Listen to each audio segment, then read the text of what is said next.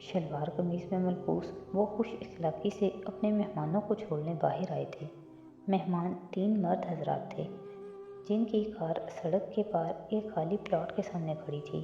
یہاں سے ذرا دور نہ جانے کیوں ماموں اب ان افراد کے ساتھ باتوں میں مگن اسی طرف جا رہے تھے۔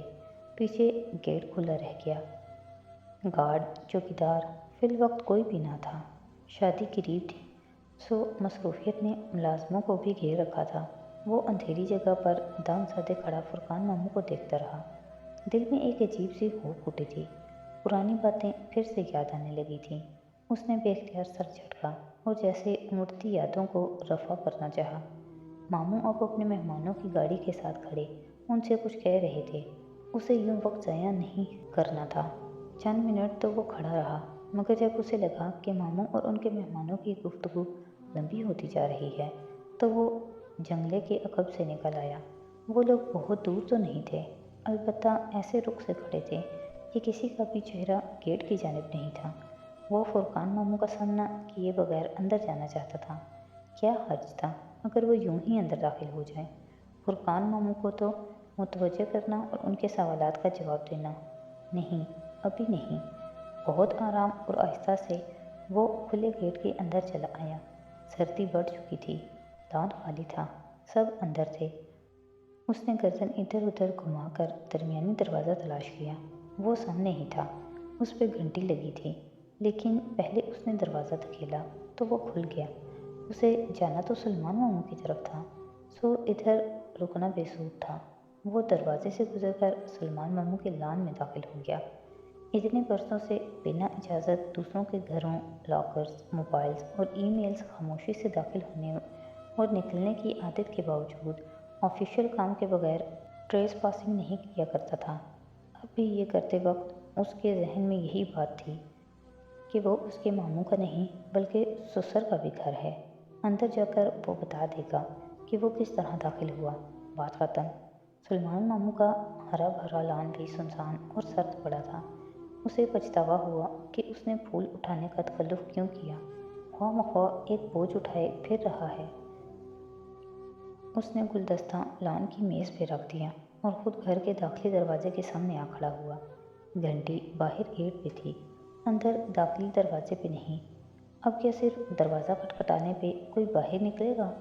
بہت تذ و ضبط سے اس نے داخلی دروازے پہ دستک دی۔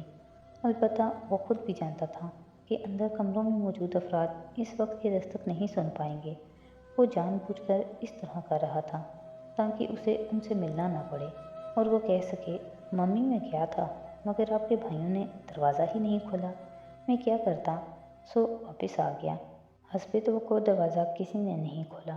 وہ سرد پڑتے ہاتھ جیکٹ کی جیبوں میں ڈالے گھر کی دیوار کے ساتھ چلتے یوں ہی جائزہ لینے لگا۔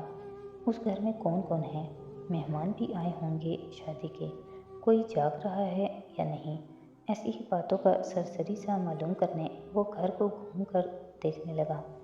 تمام کھڑکیاں بند تھیں، البتہ لان کے داہنی رخ پہ کھلی ایک کھڑکی کے 2 شیشے کے پٹ کھلے تھے۔ اتنی سردی میں کون کھڑکی کھول کر بیٹھا ہے؟ اچنبھے سے بھنس کیڑے اس طرف آیا۔ شیشے کھلے تھے، البتہ جالی بند تھی۔ اس کے پیچھے پردے بھی گرے تھے۔ 2 پردوں کے درمیان ایک در سی تھی جس سے کمرے کا منظر دکھائی دے رہا تھا۔ یہاں وہ عادت سے مجبور تھا۔ نچلا لب دانت سے دبائے اس نے احتیاط سے گردن ذرا اونچی کر کے اندر دیکھا۔ کمرے میں مدھم روشنی پھیلی تھی، صرف ایک ہی بلب جل رہا تھا۔ روشنی کا دوسرا منبع بیڈ کے تکیے پہ رکھا لیپ ٹاپ تھا جس کے سامنے وہ کوہنیوں کے بل اوندھی لیٹی تھی۔ اسکرین کی روشنی اس کے چہرے کو چمکا رہی تھی۔ وہ تھوڑی جلے ہتھیلی رکھے دوسرے ہاتھ کی انگلی لیپ ٹاپ کے ٹچ پیڈ پہ پھیر رہی تھی۔ یہ وہی تھی جس کو اس نے دوپہر میں دیکھا تھا۔ اس نے وہی سیاہ لباس پہن رکھا تھا، سلکی بال، ملائی سے بنی جلد، اس کی کزن، اس کی بیوی۔ کیسا عجیب رشتہ تھا کہ دل میں کوئی احساس نہیں جاگتا تھا، نہ ہی اس سے ملنے کی کوئی خواہش تھی۔ نہ جانے کیوں وہ مایوس ہوا تھا۔ جس طرح لوگ مڑ مڑ کر اسے ہوٹل کی لابی میں دیکھ رہے تھے، اسے وہ کچھ ناگوار لگا تھا۔ گو کہ اس کا لباس ایسا نہ تھا، آستین پوری تھی، قمیض لمبی بھی تھی، نیچے کھلا ٹراؤزر تھا مگر اس کے کپڑوں کی فال ہی کچھ ایسی تھی اور کچھ اس کا انداز کہ وہ توجہ کھینچتے تھے۔ اسے ایسی لڑکی کبھی بھی اچھی نہیں لگتی تھی۔ اسے یہ لڑکی بھی قطعاً اچھی نہیں لگی تھی۔ رات کی مقدس خاموشی میں بٹنوں کی آواز نے ارتعاش پیدا کیا تو وہ چونکا۔ وہ اب اٹھ کر بیٹھتے ہوئے بے چینی سے موبائل پہ کال ملا رہی تھی۔ ہیلو زارا، شاید رابطہ مل گیا تھا، تبھی وہ دبے دبے جوش سے چہکی، کیسی ہو؟ سو تو نہیں گئی تھی؟ حیا بول رہی ہوں۔